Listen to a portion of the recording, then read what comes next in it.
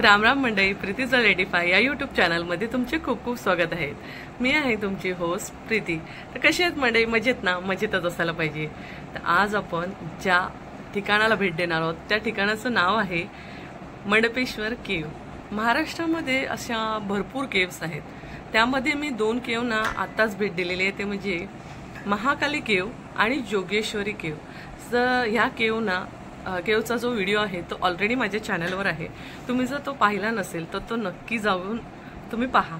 आणि त्याचबरोबर मी तुम्हाला मंडळी सांगू इच्छिते की माझ्या चॅनलवर फक्त केव्स जे मंदिरांचेच व्हिडिओ नाही आहेत, तर त्याचबरोबर मंगळागौरींची, त्याचबरोबर कविता स्पर्धा, त्याचबरोबर मोदक स्पर्धा आणि उखाणे स्पर्धा अशा जे इथे आयोजित करतात विरारमध्ये, त्यांचे खूप सारे व्हिडिओ मी माझ्या चॅनलवर टाकलेले आहेत। तर यंगस्टार ट्रस्टचे जे अध्यक्ष आहेत इथले माजी आमदार लोकनेते श्री हितेंद्र ठाकूर, म्हणजेच आमचे सर्वांचे लाडके आप्पा, यांचे यंगस्टार ट्रस्ट तर्फे खूप सारे उपक्रम इथे दरवर्षी राबवण्यात येतात। त्याचबरोबर इथे आता थोड्याच दिवसामध्ये मंगळागौरीच्या स्पर्धा परत आयोजित करण्यात येणार आहेत। त्यासाठी ह्या स्पर्धेला भाग घेण्यासाठी फक्त विरारमध्येच नाही तर नालासोपारा, मीरा रोड, दहिसर, बोरवली, त्याचबरोबर दादर, वरळी, पनवेल इथून सुद्धा बायका ह्या आमच्या यंगस्टार ट्रस्ट ह्या ट्रस्टमध्ये मंगळागौरीच्या स्पर्धेमध्ये भाग घेण्यासाठी इथे येत असतात आणि इथे त्यांचं सादरीकरण होतच असतं। तर ह्या स्पर्धेमध्ये भाग तुम्ही घेऊ शकता। त्याबद्दल जर तुम्हाला अधिक माहिती हवी असेल तर जी तुम्हाला माहिती हवी असेल त्याच्यासाठी माहिती हवी असेल तर ह्या व्लॉगमध्ये तुम्ही मला काही कमेंट टाकू शकता। ज्या तुम्हाला प्रश्न विचारायचे तुम्ही विचारू शकता, त्याबद्दल तुम्हाला जी योग्य माहिती माझ्याकडून देता येईल मी तुम्हाला नक्कीच देईन। त्याचबरोबर ज्या महिलांना मंगळागौर पहिल्यांदा सादरीकरण करायचे पण ती कशी करायची हे माहितीच नाहीये, तर तुम्ही माझ्या चॅनलवरती खूप सारे मंगळागौरीचे व्हिडिओ आहेत, त्याचबरोबर उखाण्यांचे सुद्धा व्हिडिओ आहेत, तर ते जाऊन नक्की पहा, जेणेकरून तुम्हाला थोडीफार आयडिया येईल की कशा प्रकारचे उखाणे स्पर्धा असते, त्याचबरोबर कशा प्रकारची मंगळागौरीचे सादरीकरण असतं, जेणेकरून थोडी तुम्हाला हेल्प होईल। तर जास्त वेळ आज तुमचा खात नाही, तर आजच्या व्हिडिओला सुरुवात करूया। तर जाऊया चला मंडपेश्वर गुफा पाहायला आणि शेवटपर्यंत हा व्हिडिओ बघा, कारण की मी पूर्ण इन्फॉर्मेशन या मंडपेश्वर गुफेबद्दल देणारच आहे तुम्हाला। चला, गेल्या काही दिवसापूर्वीच मी जोगेश्वरी लेणी आणि महाकाली लेणीला भेट दिली होती। अशाच एका तिसऱ्या लेणीला मी आता भेट द्यायला आले आहे। या लेणीचं नाव आहे मंडपेश्वर लेणी। 6व्या शतकात निर्माण झालेले हे एक बौद्ध लेणी आहे। इतर लेण्यांप्रमाणेच या लेण्यांचा वापर देखील धर्मप्रसार आणि भिक्षुकांच्या राहण्यासाठी, त्याचबरोबर सागरी मार्गाने येऊन घाटवाटांनी प्रवास करणाऱ्या व्यापाऱ्यांसाठी राहण्याची व्यवस्था म्हणून या केवचे निर्माण करण्यात आले होते। ही लेणी दहिसरला असली तरी बोरिवली स्टेशनपासून अवघ्या 2 किलोमीटर अंतरावर आहे। इथे स्टेशनला आल्यानंतर कोणालाच ही गुफा माहीत नव्हती।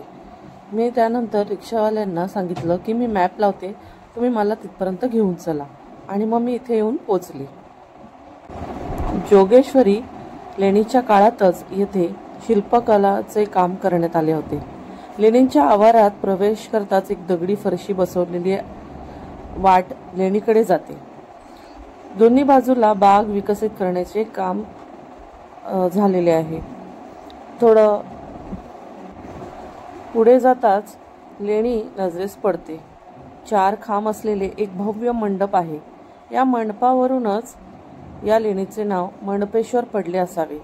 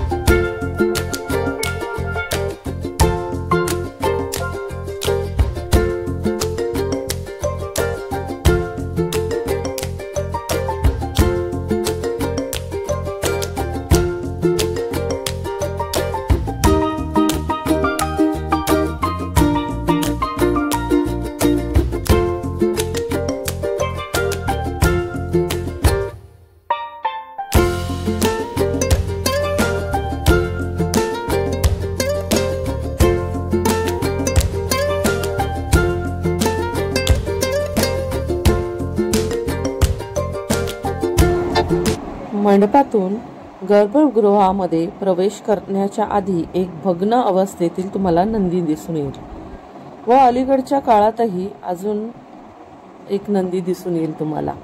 हा पाहू शकता, पहिला जो आहे थोडा भग्न अवस्थेत आहे आणि त्याच्यानंतर आताच अलीकडे ठेवलेला नंदी दिसून येतो. तर चला गर्भगृहामध्ये आता प्रवेश करूया. गर्भगृहात शिवलिंग आहे. या गर्भगृहामध्ये 2 शिवपिंड आहेत. तर चला दोन्ही शिवपिंडांचे दर्शन घेऊया.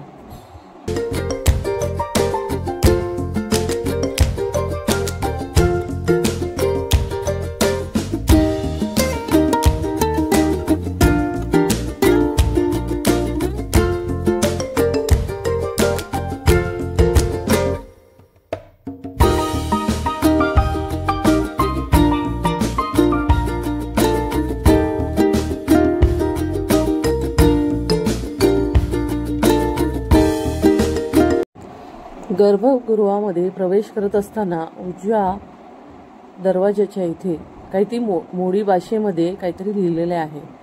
चला ते पाहूया.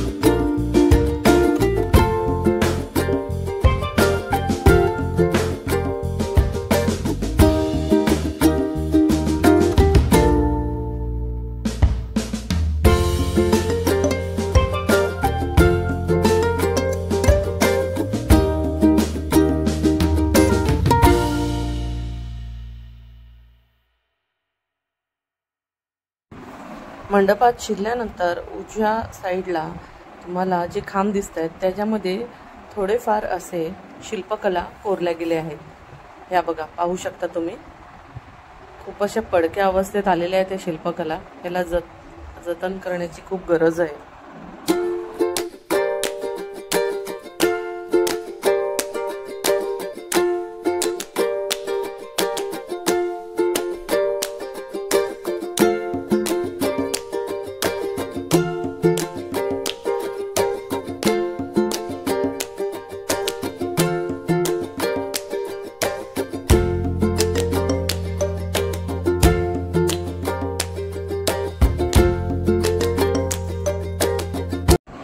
या मंडपामध्ये डाव्या साईडला लेणीच्या एल आकाराचा एक विहार तुम्हाला दिसून येत आहे.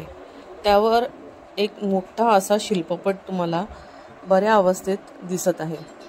या शिल्पपटात नटराज दिसत आहे. वरील उजव्या कोपऱ्याला यक्ष गंधर्व आहेत. डावीकडे व वरच्या भागात ब्रह्मदेव आहेत. त्याखाली डाव्या बाजूस बहुतेक लकुलिश व शिष्य असावेत. जो डाव्या बाजूस खाली वाद्य वाजवणाऱ्या 2 व्यक्ती दिसत आहेत. खाली उजव्या बाजूस 3 स्त्री प्रतिमा आहेत. त्यातील मधली पार्वती असून शिव पार्वती लग्नाचा पट आहे असे सांगतात, पण मधली स्त्री पार्वती असावी असे वाटत नाही.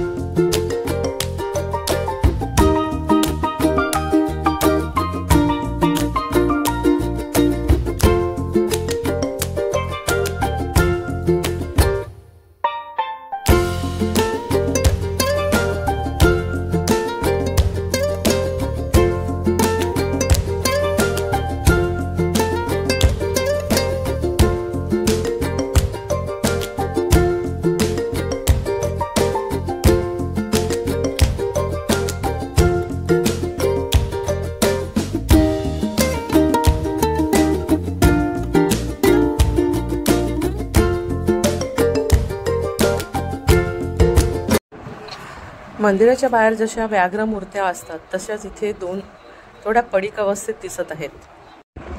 इथे अजूनही काही अवशेष, कोरीव काम तसेच पाण्याची टाकी सुद्धा बघायला भेटेल। त्याचबरोबर इथे 16व्या शतकात हा भाग पोर्तुगीजांकडे आला। त्यांनी लेण्याचे रूपांतर चर्चमध्ये केले। एक शिल्प तोडून त्या जागी कोरलेला क्रूस याची साक्ष देतो। ही लेणी असलेल्या टेकडीला पोर्तुगीज माउंट पोईन्सर म्हणत। याचाच अपभ्रंश होऊन लेणीला मंडपेश्वर नाव पडले असेही सांगितले जाते। टेकडीवर जाण्याची वाट टेकडीच्या वर दगडी चर्चच्या बांधकामांचे अवशेष आहेत।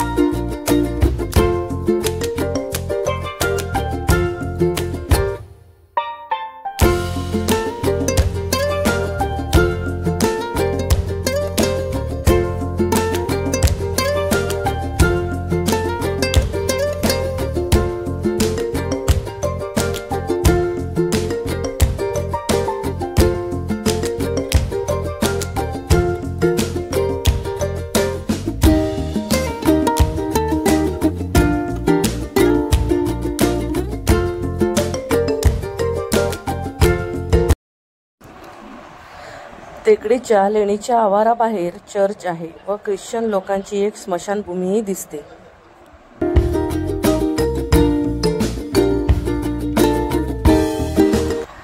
टेकडीच्या वर दगडी चर्चच्या बांधकामांचे हे अवशेष तुम्ही पाहू शकता। आता एक मध्ये पॅसेज आहे व त्याच्या दोन्ही बाजूला अनेक खोल्या आहेत। कदाचित येथील खोल्यांचा वापर पोर्तुगीज सैनिकांना राहण्यासाठी केला जात असेल।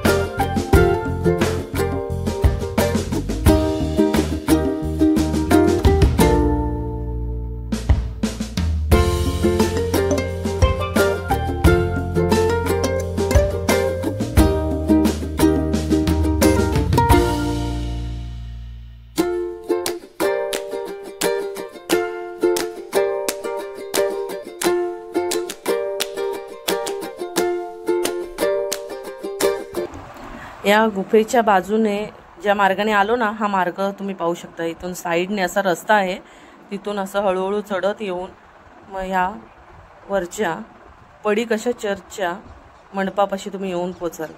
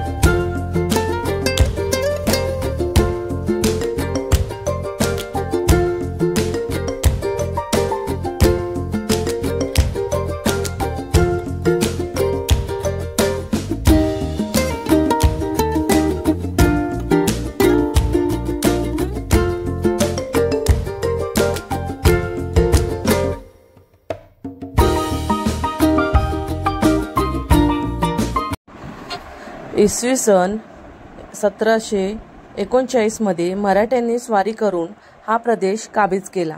त्यानंतर कित्येक वर्ष हा भाग ओसाड पडला. 20व्या शतकात या स्थळाचा परत शोध लागून त्याला पुरातत्व वारसा म्हणून घोषित करण्यात आले. टेकडीवरून उतरून आता परत आपण एकदा बाहेरून लेणीचे दर्शन घेऊया.